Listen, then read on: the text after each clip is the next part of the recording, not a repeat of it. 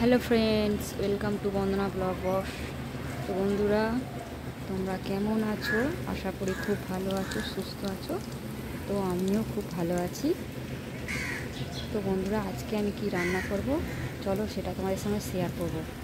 দেখো, বাজার থেকে মাছ নিয়ে চলে এসছে। এই দেখো, এটা হচ্ছে চিংড়ি মাছ। চিংড়ি মাছ রান্না করব, ঝিঙে আলু দিয়ে চিংড়ি মাছ রান্না করব। আর কি হবে দেখ,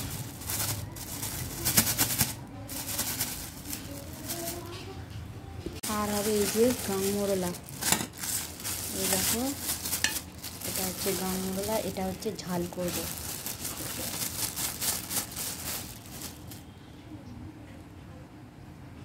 বন্ধুরা দেখো, এখানে হচ্ছে ঝিঙে আলু আর টমেটো কাটা হয়ে গেছে।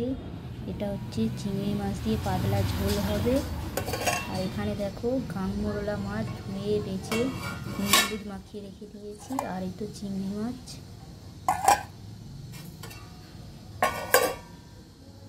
দেখো, কড়া বসিয়ে দিয়েছি, কড়াটা গরম হয়ে গেছে। আর কড়ার মধ্যে দিয়ে দেব তেল। মাছগুলো আমি ভেজে নেব।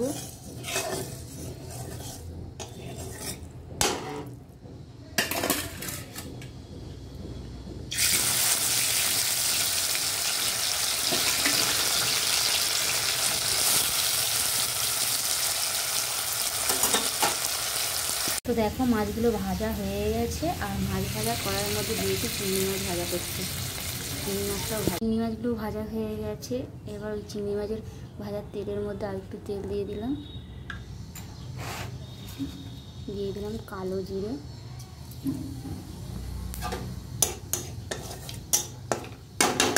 এবার আলুগুলো দিয়ে দেবো চিংড়ি মাছের ঝোল করার জন্য। এই যে আলু দিয়ে দিলাম।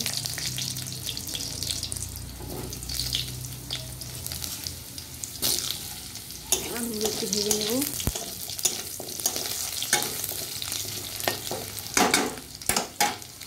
আলুগুলো ভাজা ভাজা হয়ে গেছে। এবার আমি ঝিঙেগুলো দিয়ে দেবো। ঝিঙে দিয়ে ভাজবো। ঝিঙে আর এই টমেটো দিয়ে দেবো কিছুটা। এই যে টমেটো দিয়ে দিলাম, ভেজে নেব।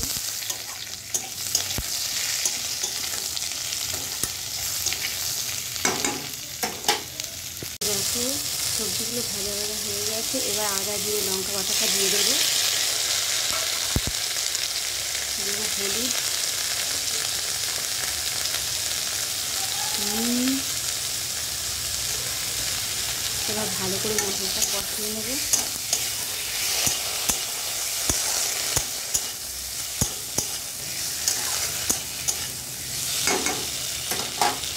দেখো, মশলাটা কষানো হয়ে গেছে। এবার দিয়ে দেবো জল।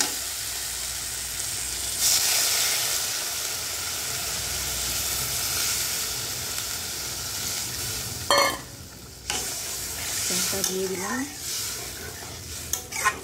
জলটা ফুটে গেলেই চিংড়ি মাছগুলো দিয়ে দেবো।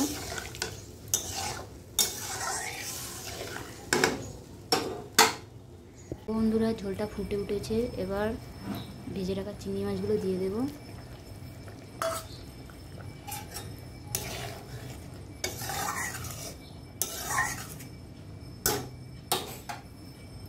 তো বন্ধুরা দেখো, ঝিঙে আলু দিয়ে চিংড়ি মাছের ঝোলটা হয়ে গেছে। এবার নামিয়ে নেব।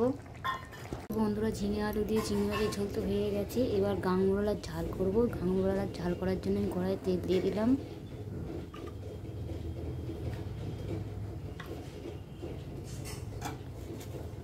পেঁয়াজ দেব।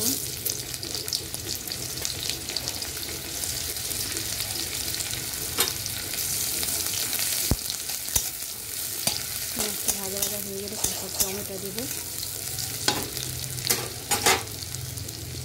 পেঁয়াজটা ভাজা ভাজা হয়ে গেছে। এবার দেবো টমেটো কুচি দিলাম।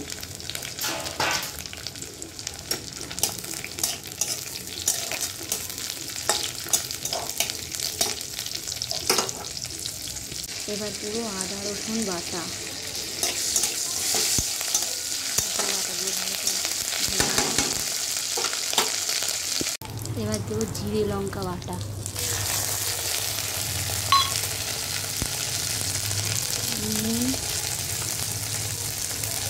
হলুদ, ভালো করে মশলাটা কষিয়ে নেব। তো মশলা কষানো হয়ে গেছে, এবার জলটা দিয়ে দেবো।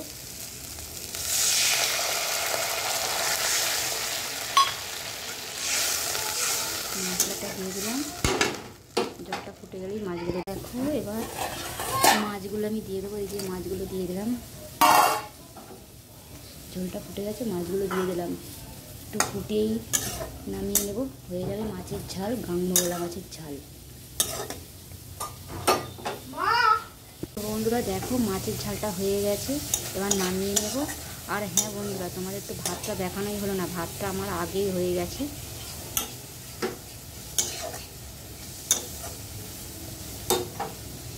তো দেখো বন্ধুরা, এই যে ভাতটা আমার আগেই হয়ে গেছে। ভাতের মধ্যে দিয়েছি একটু পেঁপে সেদ্ধ। বন্ধুরা আজকের মতো রান্নাবান্না এই পর্যন্তই। ভিডিওতে চ্যানেলটা সাবস্ক্রাইব করে আমার পাশে থেকো, লাইক কমেন্ট শেয়ার করো। আর তোমরা ভালো থেকো, বাড়ির সবাইকে ভালো রেখো। টাটা বন্ধুরা।